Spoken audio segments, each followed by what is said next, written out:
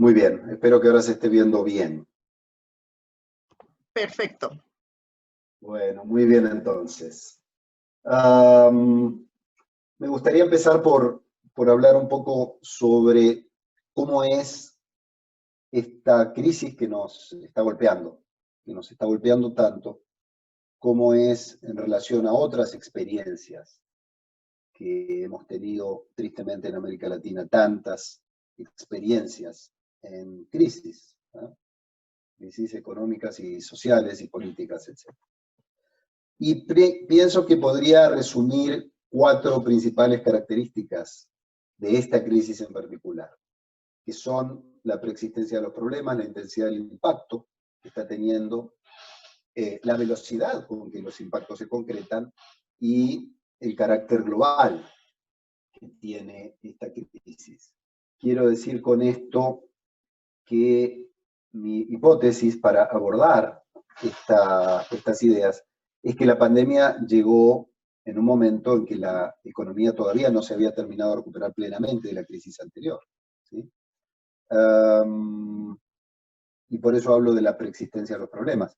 La intensidad del impacto, lo acaba de decir el director.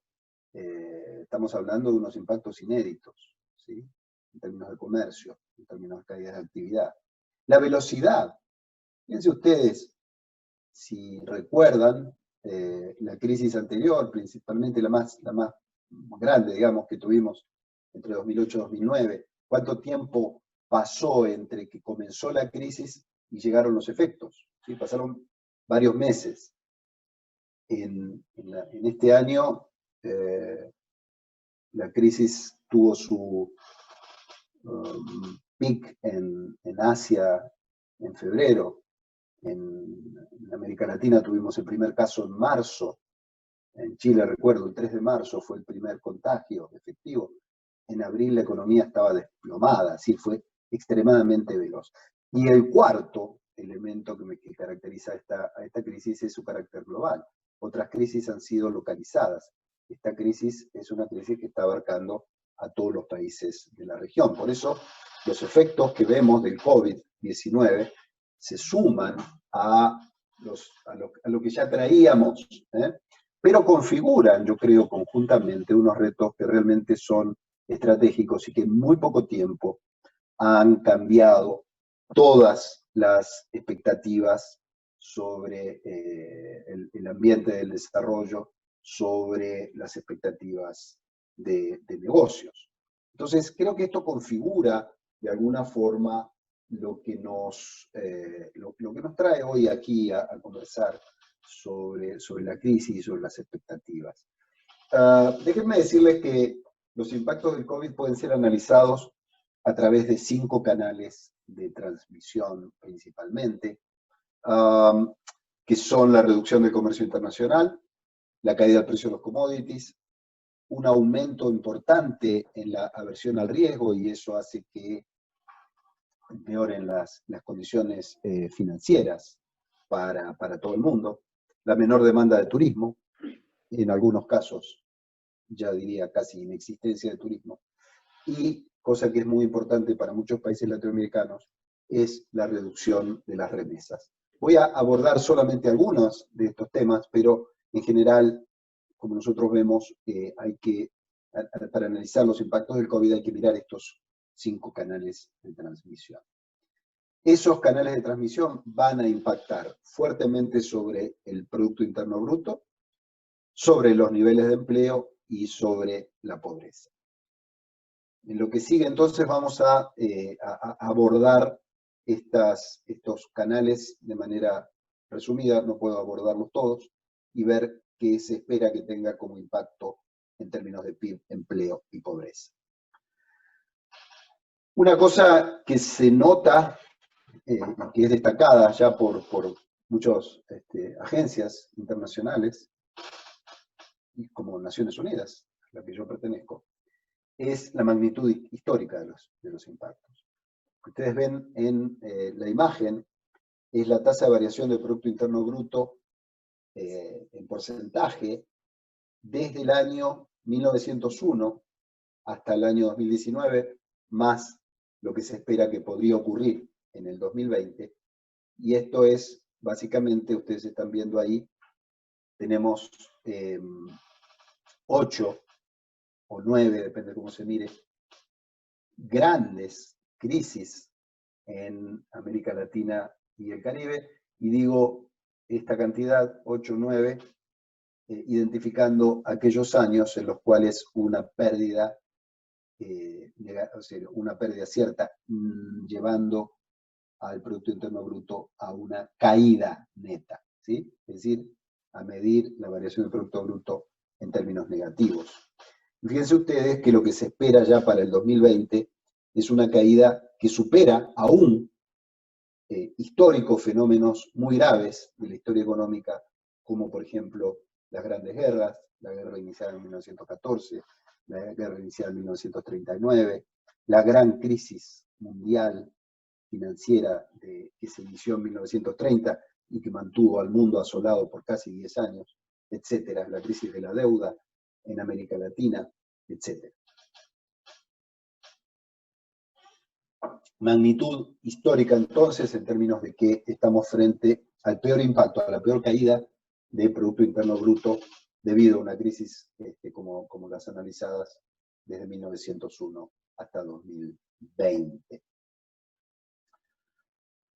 Canales de transmisión para llegar a eso, dijimos, el comercio, estamos otra vez ante una magnitud histórica del comercio. Fíjense que estamos hablando de una caída que ya venía, por eso decía al inicio cuáles son las características de esta crisis, es que veníamos de una economía que no se había recuperado plenamente de la crisis anterior, del 2009. Fíjense que esto lo podemos ver en términos de la variación del comercio mundial, desde el año 2005 en adelante. Fíjense ustedes cómo las variaciones del comercio desde previos, digamos, a la crisis del 2009, teníamos un comercio pujante creciendo 7, 9, 6% cada año respecto al año anterior. Con la gran crisis del 2009, que cayó el comercio un 12.8%, el comercio mundial de bienes medido en cantidad de toneladas, es lo que estoy hablando ahora, cayó un 12.8% en ese año, y aunque en el 2010 hubo un rebote importante, y aumentó de manera muy marcada, fíjense ustedes que de 2011 en adelante hasta el 2019 teníamos una caída, perdón, teníamos aumentos todos los años, aumentos del comercio, pero a un nivel mucho más bajo.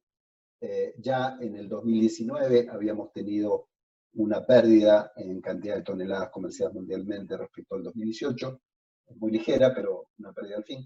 Y ya para la OMC estimó entre un 13 y un 32% de caída, lo que podría ocurrir este año.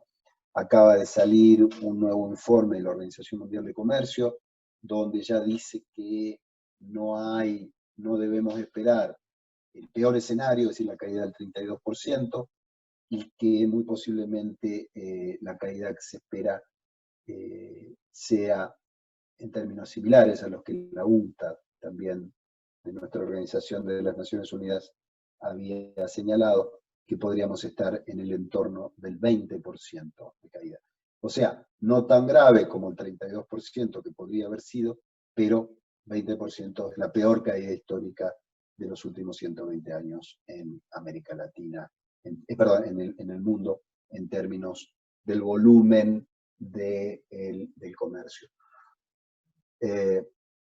Vuelvo a las características de la crisis, la velocidad. Fíjense ustedes cómo las proyecciones que importantes organismos internacionales han hecho sobre la actividad económica y comercial para el mundo, desde aquel estudio de mayo al que durante el mes de junio hizo el Banco Mundial o la OECD.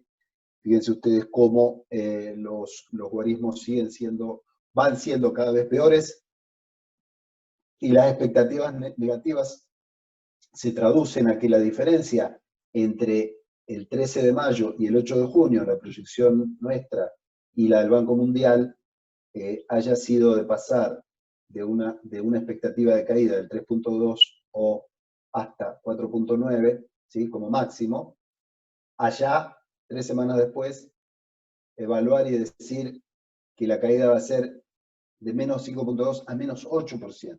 ¿Sí?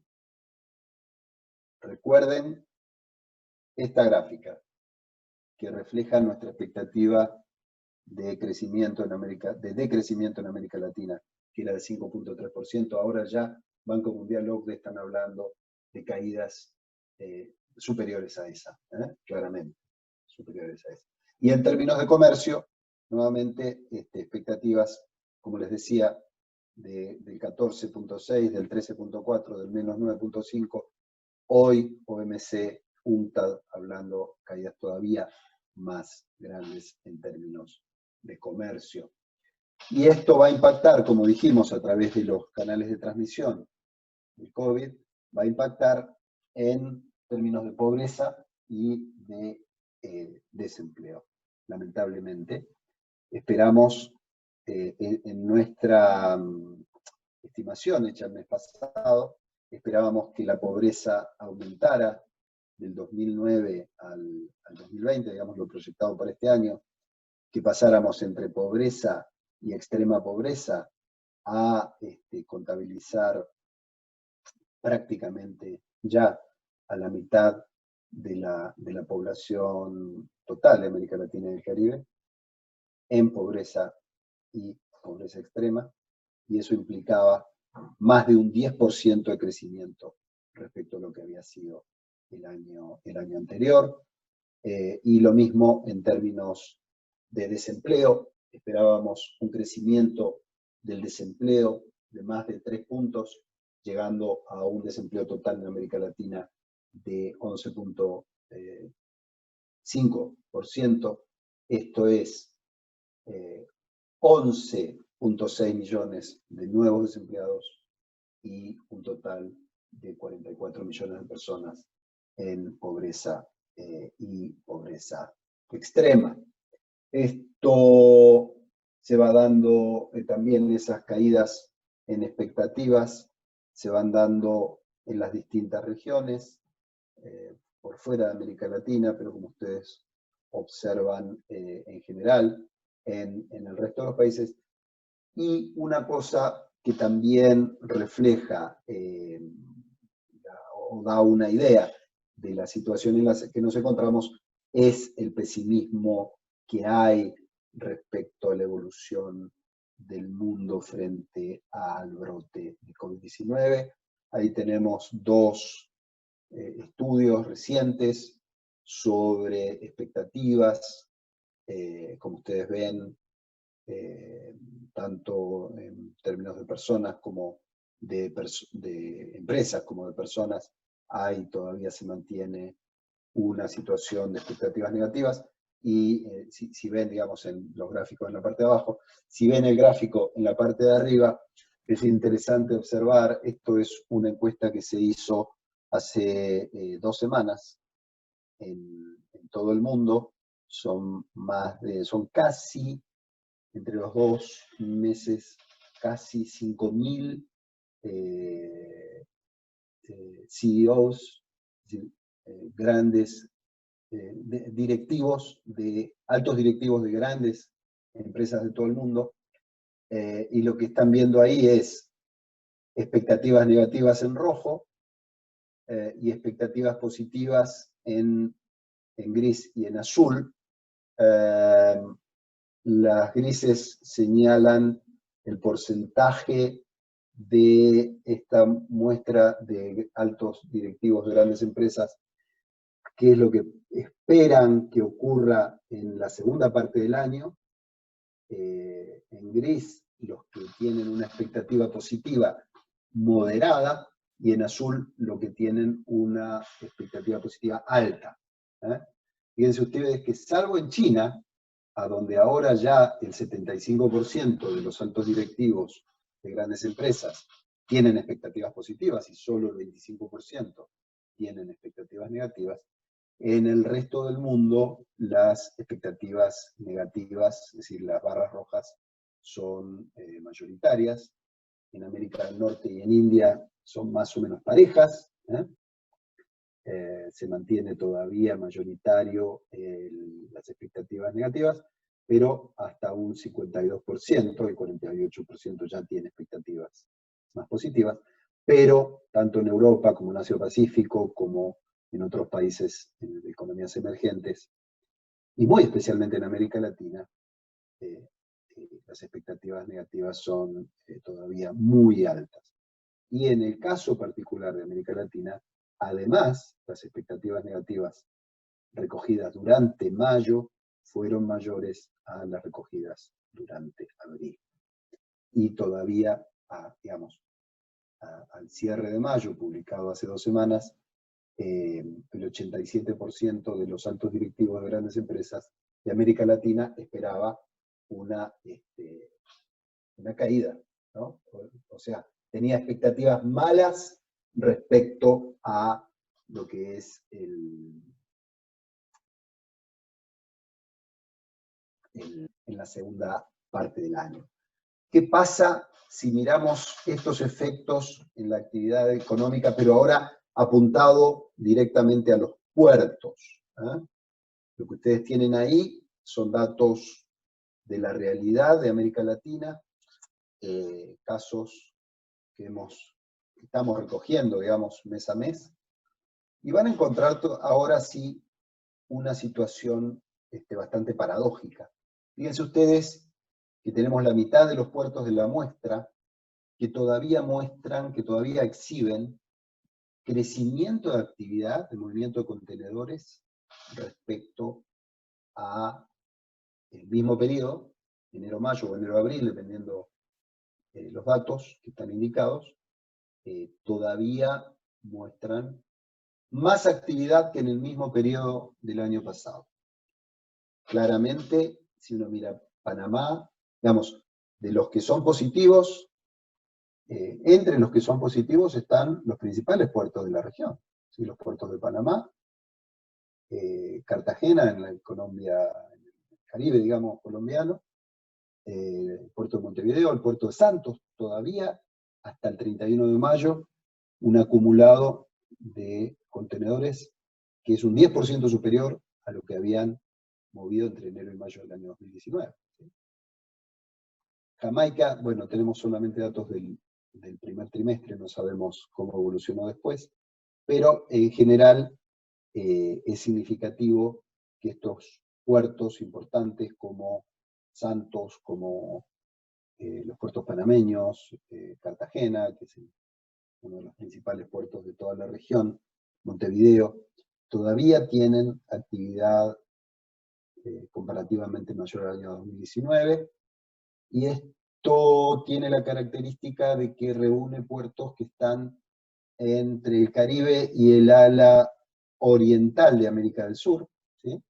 Como es el caso de Montevideo, algunos puertos de Argentina, Santos, Brasil, por supuesto que, digamos, como puerto, es el principal puerto de movimiento de contenedores de América Latina, todavía muestran datos positivos. Incluso Buenos Aires, que si bien ya muestra datos negativos, pero todavía son muy ligeros. En cambio, los puertos en la costa oeste de América Latina, como Manzanillo, México, el principal puerto de México, Callao, el principal puerto de Perú, Guayaquil, el principal puerto de Ecuador, Buenaventura, el principal puerto de Colombia del lado Pacífico, Lázaro Cárdenas, creo que es el segundo puerto en importancia de México en el Pacífico, y también Chile. Es decir, en general los puertos de la costa oeste de América Latina tienen una menor performance si comparamos los datos de movimientos de enero a abril o enero a mayo respecto a lo que había sido el mismo periodo del año 2019. Veamos un poquito más sobre los efectos, entonces, sobre comercio, sobre la logística, sobre la actividad económica. Uno de los temas que vimos en los canales de transmisión al principio de la presentación, por donde impacta el COVID-19, tiene que ver con la crisis en el turismo. la crisis en el turismo podría restar varios puntos porcentuales a lo que es la actividad económica de toda la región. Bueno, ustedes pueden ver en la gráfica ya así una muestra de casi 30 países de la región. En todos, por supuesto, es negativo, en todos, por supuesto, en la zona más afectada es el Caribe, a donde la incidencia del turismo es extremadamente alta dentro de la composición económica de esos países, pero en caídas en lo que es el Producto Interno Bruto y en impacto en el empleo. Fíjense ustedes que todos los países considerados en la muestra, casi 30, muestran caídas en ambas mediciones, tanto del Producto Interno Bruto como de mayor desempleo. Si lo vemos en la retracción de las cargas marítimas, les mostré, ay, perdón.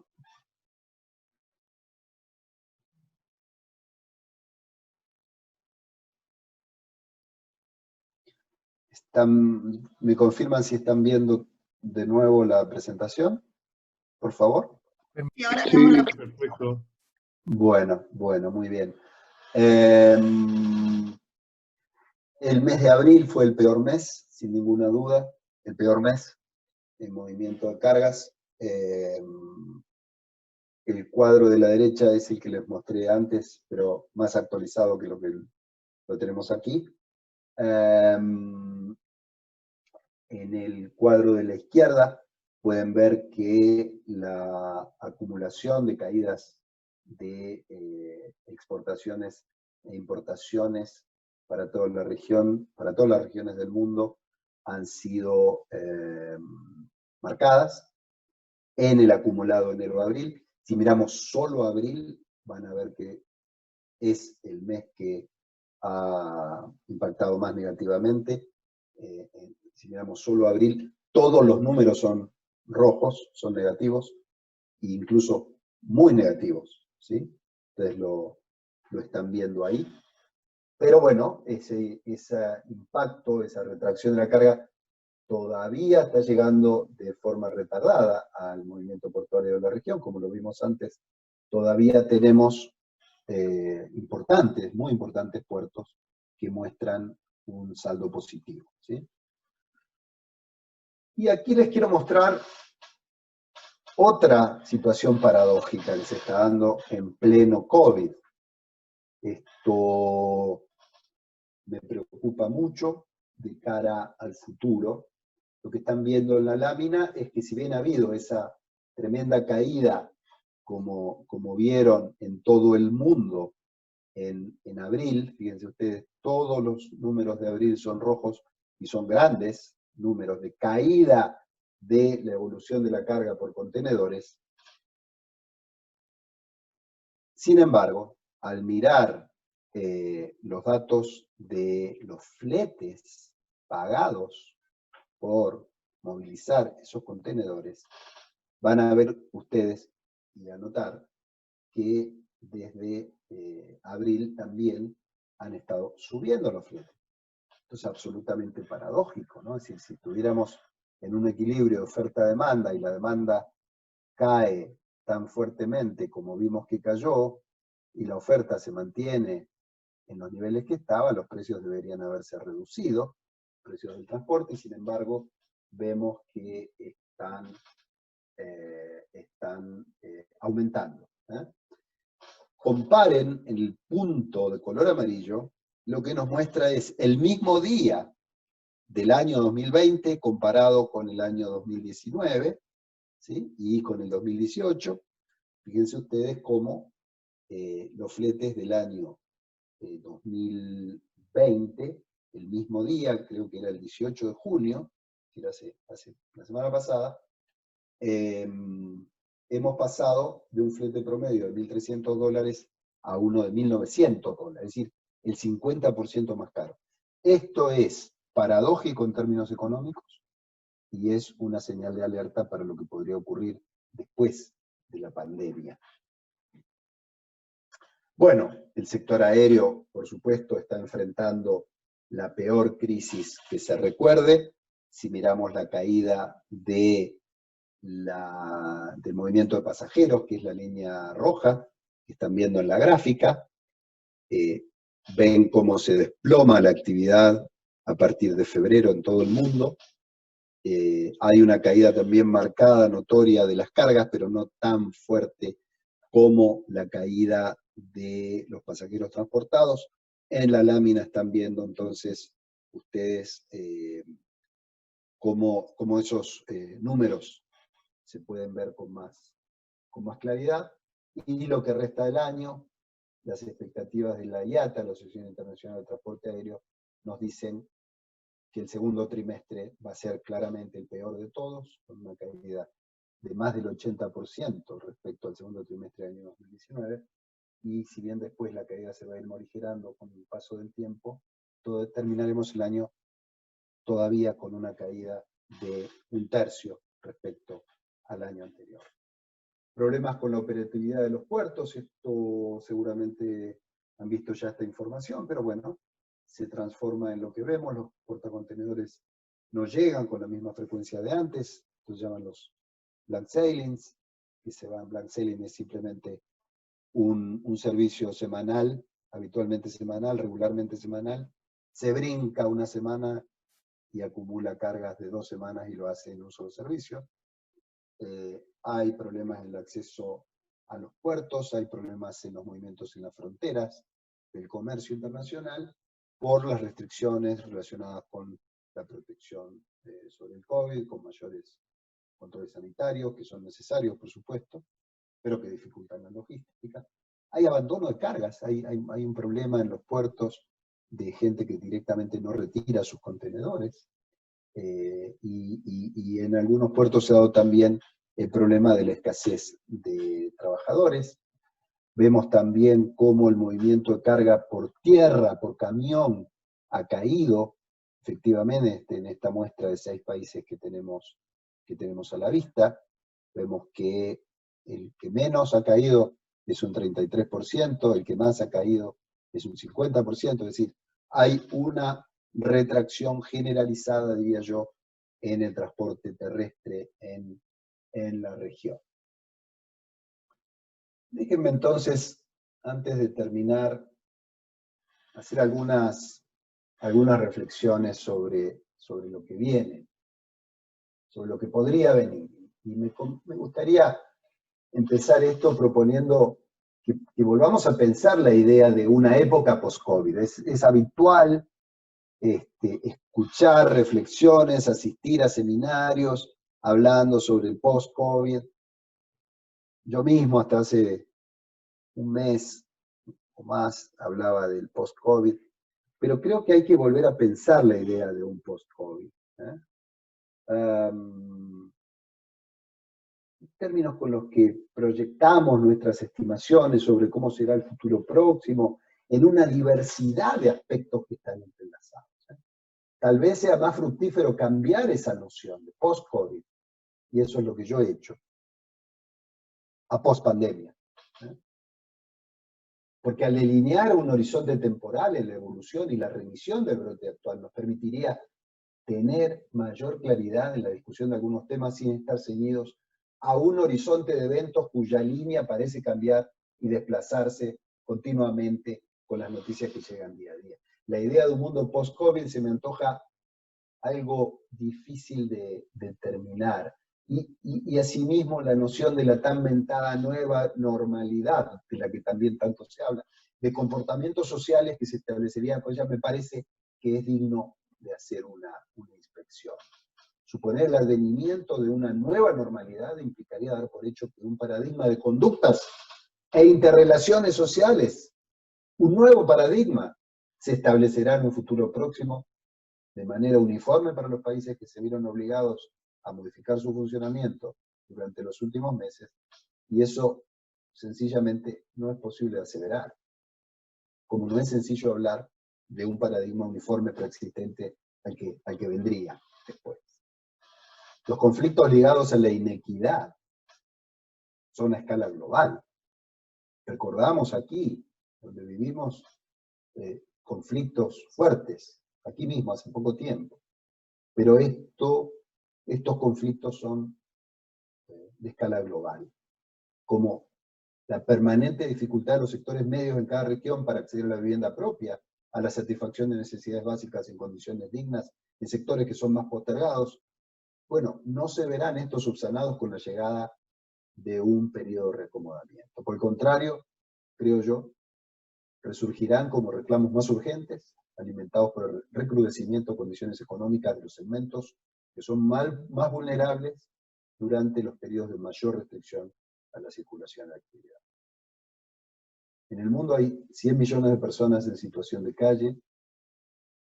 Hay estudios que indican que solo en los Estados Unidos, que es el mayor foco de propagación a nivel mundial, de los 1.4 millones de personas homeless, más de 21.000 personas estarían en grave riesgo hoy mismo por la falta de resguardo, digamos. Y esto es algo que se extiende a todas nuestras sociedades, incluso en países más ricos, ¿no? Entonces, creo que también se van mezclando, en esta discusión de la nueva normalidad en términos globales, también se van mezclando que uno ve, que uno puede percibir que se están reavivando antiguas disputas geoestratégicas, geopolíticas, diplomáticas, ¿sí? La continua disputa entre los presidentes de las grandes potencias que nos han tenido en vilo en este último año. Parece también montarse sobre un posible escenario post-pandemia. Recuerdo al señor presidente de los Estados Unidos hablando del COVID como el virus chino, como el virus, digamos, poniendo ahí una connotación geopolítica en lo que es un problema de orden sanitario y de orden especialmente humanitario. Creo que la intensidad, el impacto de la pandemia que hablábamos al inicio, junto con el hecho que es un evento extremo de carácter global, como así también la velocidad, ¿sí?, con que esa intensidad se siente. Lo que proponen es una discusión sobre si de este evento surgirá una nueva forma de relación entre los países, entre las personas, y aún entre los distintos agrupamientos que personas y países se dan entre sí, ¿no? Y sobre esto pareciera haber dos bandos teóricos cuando se discute sobre la caracterización de esos paradigmas relacionales que están por venir después de la pandemia, la post-pandemia. Hay un grupo, un bando que habla de grandes cambios, con el relevamiento de cuestiones sistémicas que hasta ahora se daban por hechas, como el acceso a la salud, o las nociones de eficiencia laboral, mientras que otro bando solo prevé que haya una aceleración superficial de tendencias que ya estaban en marcha, de alguna forma, es decir, cambiar poco o nada, cambiar poco o nada. En esa línea, la de no muchos cambios, se parte de la base de que si bien la pandemia es sin duda un evento traumático, la tendencia de las sociedades a regresar a la media se impondrá inexorablemente de la misma forma que lo hacen otros acontecimientos que se dan en la sociedad. En otras palabras, poco o nada cambia más allá de lo traumático que es lo que estamos viendo, lo que estamos viviendo. Dentro de la línea de la otra línea, ¿no?, la de muchos cambios o cambios más profundos, lo que plantean es que el deseo de mayor seguridad física y ambiental, incentivado por experiencias inéditas en la forma de percibir nuestra conexión con el trabajo, con el entorno, se antepondrá a esas tendencias anteriores, antiguas, y conducirá al reclamo de decisiones de una manera y con un alcance inusitado. Son dos formas de imaginarse la pospandemia, pero yo quiero terminar diciendo que hay unos temas que son, a mi juicio, claves en la pospandemia. Por supuesto, el cuidado de la salud, el cuidado de las cuestiones humanitarias, sanitarias y humanitarias, ya no podrá ser, no debería ser algo que nace con el impacto del evento, ¿sí? No debemos reaccionar de manera sanitaria y humanitaria porque llegó el COVID, sino debe ser una práctica continua. Una segunda área que considero crítica también y que ya venía de antes y ahora se va a profundizar, es el de la innovación tecnológica, que atraviesa una etapa crítica. Porque ahora son los ciudadanos los que usan la tecnología, la innovación. Estamos viendo lo que ocurre, no solo acá en Chile, sino en todos lados, con los cambios en los hábitos de consumo, con la irrupción de las tecnologías, el trabajo a distancia, poder hacer, como estamos haciendo hoy, esta conferencia a distancia, etc.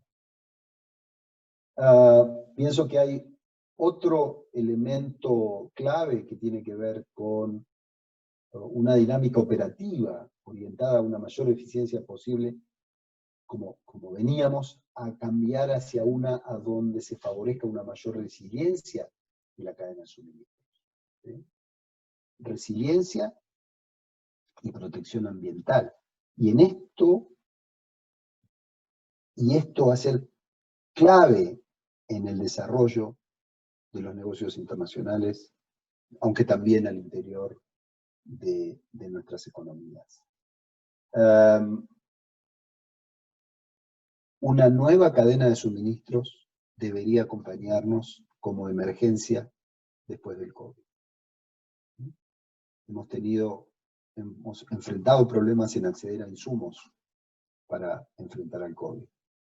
Hemos enfrentado algunos países problemas de acceso a alimentos, ¿sí? Entonces, creo que debemos pensar en una forma de hacer negocios y de organizar las cadenas de suministro, ¿sí? Que estén intrínsecamente preparadas para estos eventos, y no como nos pasó ahora, de reaccionar frente a un evento. Bueno, por supuesto que en términos de energía, de cuidado del medio ambiente, se avecina un cambio, digamos, y quiero entonces dejarle como final de mensaje que creo que el papel articulador de los estados debe estar presente en esta nueva emergencia de una situación como la que estamos viviendo, considerando que hay contradicciones en los deseos de la propia sociedad, ¿sí? O en el funcionamiento de los organismos internacionales, pero que necesitamos un mejor control, que necesitamos una mejor calidad de la intervención pública en los asuntos sociales, en los asuntos de negocios, y que aprovechemos esta oportunidad para cumplir con objetivos de sostenibilidad y de prevención del cambio climático como un saldo rescatable de la crisis sanitaria. En nuestros temas estamos impulsando desde Naciones Unidas lo que llamamos el paperless, el contactless, ¿sí? En las cadenas de distribución, que sean más eficientes, que funcionen de una forma sin cortes, sin interrupciones, y que ayuden también a prevenir este tipo de acontecimientos. Me quedo entonces a la orden de ustedes. Creo que me excedí un poco en el tiempo, o mucho, no sé. Pero bueno, ha sido un gran gusto poder participar con ustedes en esta actividad, y me quedo a su disposición por si tuvieran preguntas que formular. Gracias. Muchas gracias, Ricardo, por tu intervención hoy día, interesante, muchos datos, y por supuesto también nos quedamos con ese pensamiento con respecto también a la calidad tanto de la salud como también de la calidad humana, que es un elemento importante también a destacar en este momento. Me dejas, mira, hay 3 preguntas, hay varias en realidad, pero 3 preguntas que me parece que podríamos realizar. Felipe Corroyas pregunta que le gustaría saber tu opinión, teniendo en cuenta el informe monetario de junio, que muestra una caída del 7.5% del PIB, si es prudente que Chile aplique facilidades cuantitativas. No sé si... Bueno, no sé qué quiere decir facilidades cuantitativas. A lo mejor Felipe ahí nos puede responder por el chat. Mientras Felipe ahí nos explica qué son las facilidades cuantitativas, hay también una pregunta de...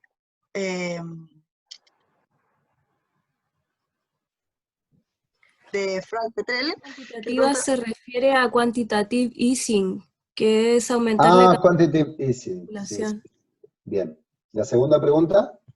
Y la segunda pregunta es de Frank Petrel. Él nos pregunta, le mando un saludo, indica, ¿se viene un nuevo orden económico-político en América Latina? ¿Cuál debe ser el rol de los nuevos gobernantes?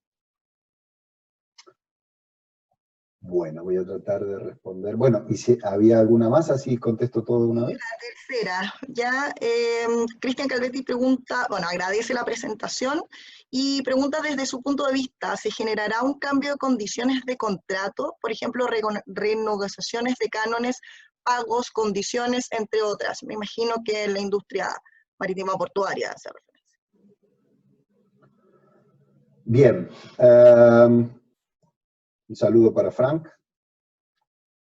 empezando por ahí. Quantitative easing fue una práctica bastante común en las crisis financieras, ¿sí?, anteriores. Creo que hay alguna forma más novedosa que se ha estado aplicando en varios países. No es algo que yo haya seguido de cerca, por lo tanto no me siento capacitado para opinar, pero sí creo que he visto, digamos, en muchos países el establecimiento de líneas de apoyo, de manejo de administración de tasas de interés, de préstamos subsidiados, de decir, una cantidad de herramientas que se han puesto a la disposición de los distintos países, pero insisto, no me siento honestamente preparado para dar una opinión. Es un tema extremadamente delicado desde el punto de vista macroeconómico. Sin ninguna duda que estamos viviendo una situación muy particular, ¿sí? La peor crisis en 120 años. Nos está obligando a todos a pensar de una forma diferente a lo que lo hacíamos habitualmente. Yo veo esto en lo que pasa en nuestra industria, en el transporte, cómo van cambiando los paradigmas. Veo, por ejemplo, países que están yendo, por decir, en Alemania, Francia, están yendo al rescate de grandes empresas, países que no tenían de ninguna manera como costumbre proceder a este tipo de salvataje, con entrada en el capital accionario de las empresas, digamos, a cambio de la ayuda. Es decir, se está dando toda una discusión que a mí me parece que es muy interesante. Nosotros en América Latina estamos dentro de ese juego, pero con menos espalda financiera para seguirlo. Pero me parece que es una discusión clave, lo que se llama la discusión sobre las actividades estratégicas y que justifica que un Estado intervenga en apoyo de una actividad que tradicionalmente es privada. Estamos viendo en la industria naviera el apoyo que se le ha estado dando en Francia a CMA-CGM, por ejemplo, hace un préstamo que quizás no sea tan significativo en monto, pero sí me parece muy significativo en términos de lo que era una práctica hasta hace unos meses o años atrás, que nadie hubiera ocurrido, se le hubiera ocurrido recurrir a este tipo de actividad, de acciones, y ahora está ocurriendo, ¿sí? A diferencia de Asia, donde el apoyo a la actividad del transporte marítimo desde el Estado es histórico, pero en Europa esto nunca se había visto, ¿no? Y lo mismo está ocurriendo con las aerolíneas. Entonces, más allá de no ser yo un especialista en estas cuestiones de administración financiera desde el punto de vista de la fiscalidad de los estados, me parece que sí estamos asistiendo rápidamente a mirar las cosas de otra forma, ¿sí? Lo que pido disculpas es de no atreverme yo a responder si Chile o este o aquel país deben proceder, porque no, honestamente no es mi campo de expertise. Después, las otras preguntas eran, perdón.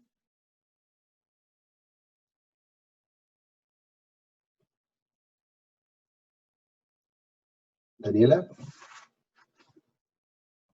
Aquí estoy, perdón. Frank pregunta, ¿se viene un nuevo orden económico político en América Latina? ¿Cuál debe ser el rol de los gobernantes? Franklin Urteaga.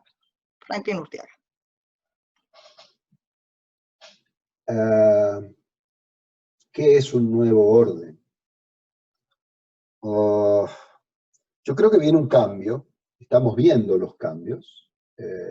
Esta es una crisis, como dije al principio, que ha golpeado muy fuerte, que ha golpeado sobre economías que ya, o países que ya venían en problemas, y que ha golpeado sobre todo muy rápido. Entonces, estamos viendo cómo los gobiernos, los gobernantes en general, están haciendo malabares para adaptarse.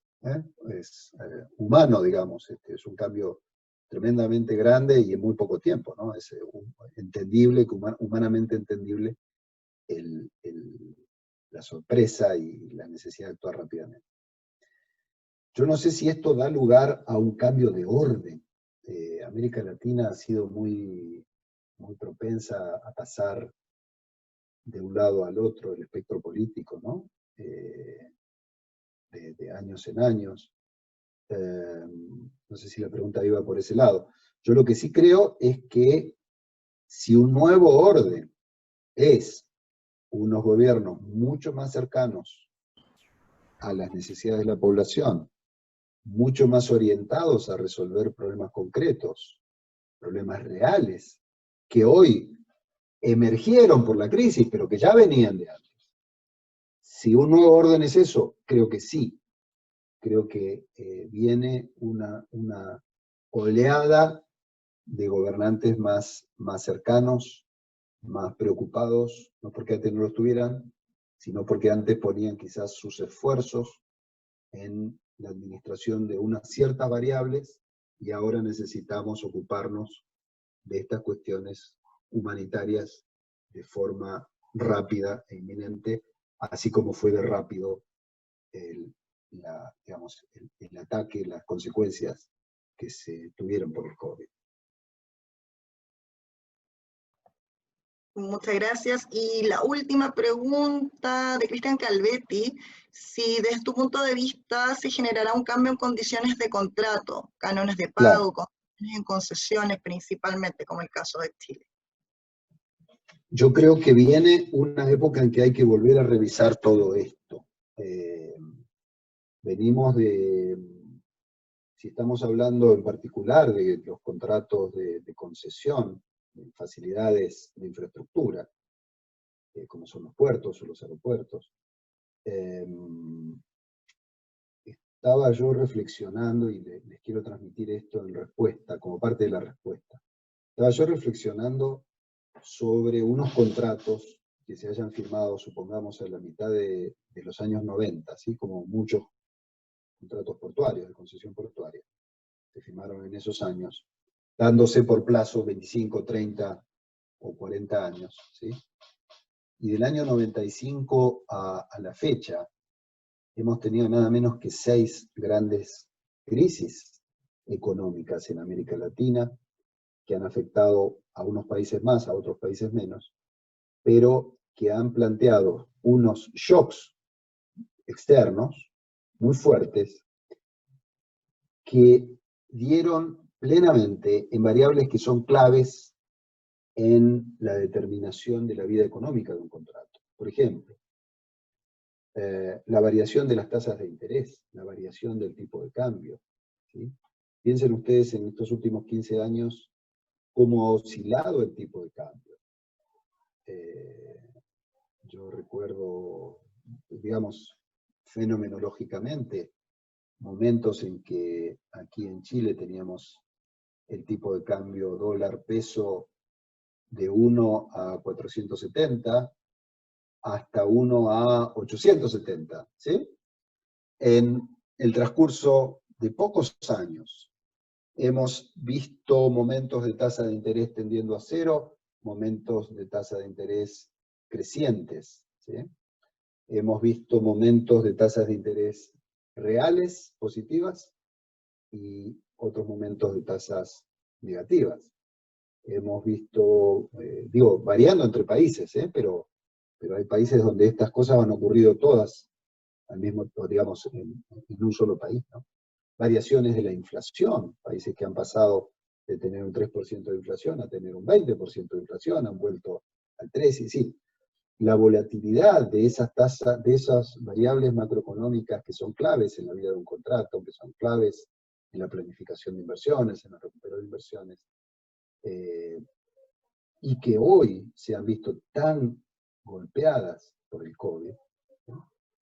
Me parece que ameritan una revisión, ameritan una reflexión sobre las condiciones, diría yo, en dos aspectos.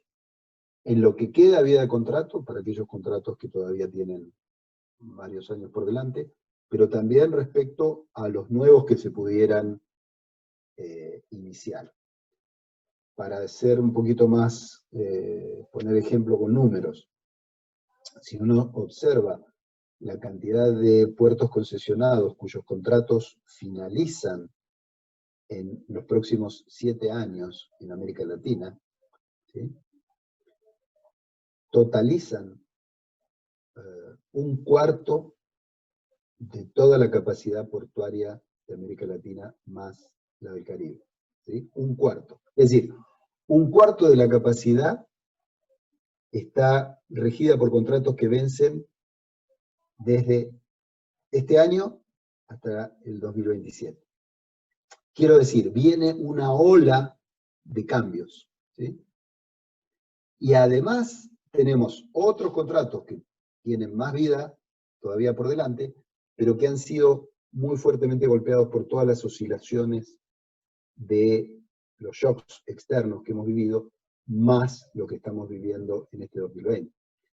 Quiero decir, como resumen, entonces, que no sé si, no puedo decir que venga un cambio. Lo que sí estoy convencido es que hay que volver a pensar, hay que volver a analizar qué es lo que ha pasado con estos contratos de concesión, qué es lo que puede pasar en este tiempo venidero, y especialmente cómo deberíamos encarar aquellos contratos que pueden estar por iniciarse, ¿no? Si es que se acaba una concesión y empieza otra, bueno, ahí vamos a tener que tener una nueva generación de contratos de concesión sin ninguna duda.